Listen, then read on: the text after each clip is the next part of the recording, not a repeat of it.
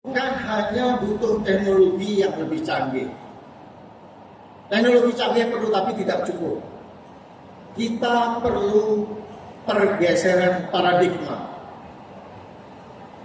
Kita tidak hanya membutuhkan teknologi yang high-tech, tetapi right-tech. Teknologi tepat guna.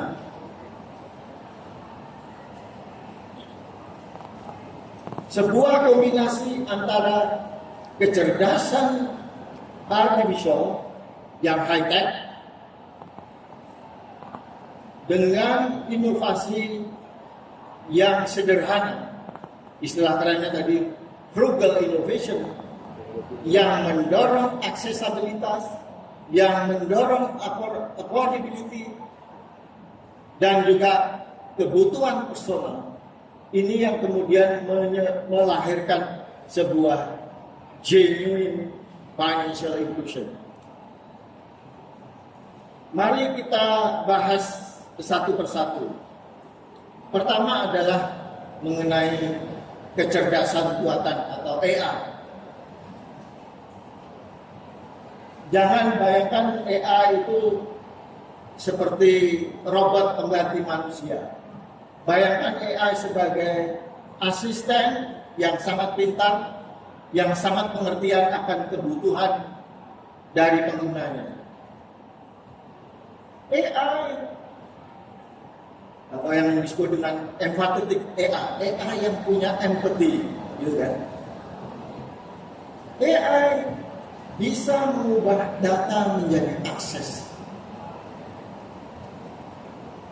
Ibu-ibu tadi yang di pasar tadi, ketika dia sudah menggunakan Kris, maka ada jejak digitalnya.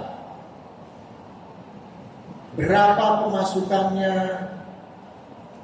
berapa pengeluarannya, berapa yang disimpan, berapa pelanggannya. Ini jejak-jejak digital keuangan dari si ibu ini bisa dirubah oleh AI menjadi sebuah akses keuangan ketika ibu ini memerlukan pinjaman dari bank atau pinjaman dari fintech lending yang sering sekarang disebut dengan alternatif credit scoring. AI tentu saja di dalam dunia digital sekarang juga berperan sebagai asisten yang virtual. Kita tanya apa saja, mau invest di mana, apa itu instrumen keuangan, misalnya katakanlah sukuk itu apa gitu, tentu saja dia bisa jawab sebagai asisten virtual kita di dalam day-to-day kebutuhan kita di dalam melakukan transaksi keuangan maupun transaksi ekonomi. Dan sekarang yang juga sangat penting, peran AI di dalam mendeteksi fraud detection system, fraud yang sekarang ini sangat marak terjadi di dalam dunia digital dalam bentuk apapun, termasuk judo, ya, termasuk judo. Bank Indonesia, OJK, dan Komdigi sekarang bersinergi untuk mengatasi masalah fraud ini. Ya, kemarin saya baru dengar katanya Filipina baru saja mengeluarkan undang-undang yang melarang judi online. Tetapi dampaknya bisa para pelaku judi online atau para penggiat judi online itu bisa saja pindah ke negara-negara di sekitarnya, termasuk Indonesia. Jadi kita harus semakin hati-hati. Bapak Ibu dan hadirin sekalian, AI saja tidak cukup jika kita tidak bisa akses. Nah, disinilah penting elemen kedua dari inovasi, yaitu frugal innovation. yang menyediakan kanal-kanal yang aksesibel bagi masyarakat dan juga inovasi-inovasi yang relatif murah. Doing more with less. Doing more dengan inovasi teknologi, tapi with less money, lebih murah. Inilah semangat untuk berinovasi dalam keterbatasan. Ia hadir dalam bentuk aplikasinya juga mungkin lebih ringan, lebih light, mungkin hanya ukuran beberapa megabyte gitu ya. Dan dia juga ramah untuk ponsel-ponsel kuno gitu ya, yang memang megabyte-nya rendah dan juga kuotanya mungkin terbatas. Disinilah peran dari Frugal Innovation di dalam menjawab masalah inklusi keuangan. Nah, keajaiban sesungguhnya terjadi ketika AI dan Frugal Innovation ini bersinergi. Bayangkan sebuah lingkaran mana satu sisinya adalah inovasi sederhana yang menyediakan kanal-kanal di dalam bertransaksi. Di sisi lain AI akan menganalisis data dari saluran tersebut. Sebagai contoh yang tadi saya sebutkan, Grace menyediakan kanal dan di situ mengandung data yang sangat berharga.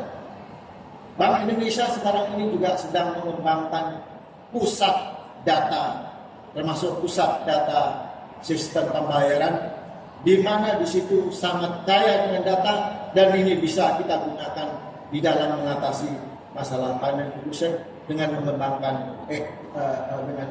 melalui AI. Kalau kita bicara Frugal Innovation, mungkin saya kasih satu contoh tadi mungkin related dengan apa yang disampaikan oleh Pak Menko Pangan. Di beberapa pesantren binaan Bank Indonesia, ada sekitar 1.000 lebih kali ya, pesantren binaan Bank Indonesia, kita mengembangkan apa yang disebut dengan smart farming, yaitu bertani dalam sebuah greenhouse yang dilengkapi dengan Internet of Things, yang pada prinsipnya dia semacam AI juga.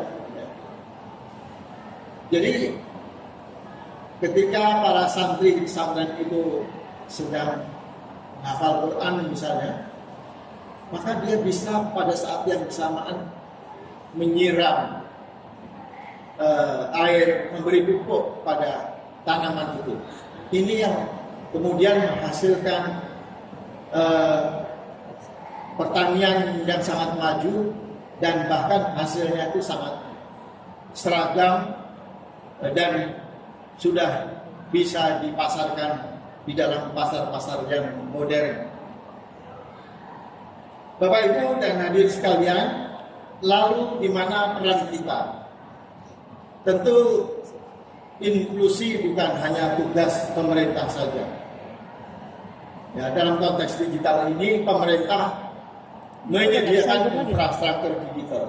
Bank Indonesia bersama OJK tentu saja melakukan literasi, melakukan mendorong inovasi, perlindungan konsumen dan juga regulasi untuk mitigasi risiko.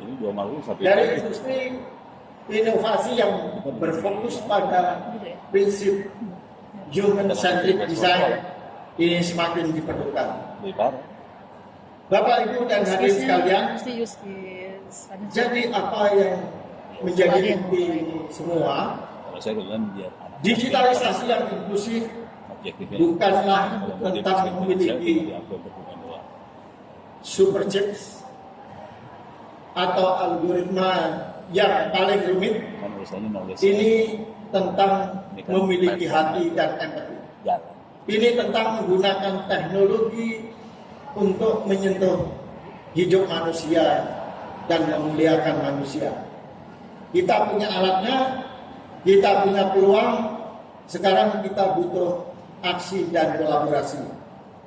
Mari kita wujudkan masa depan di mana no one left behind di dalam proses perkembangan teknologi dan digital ini.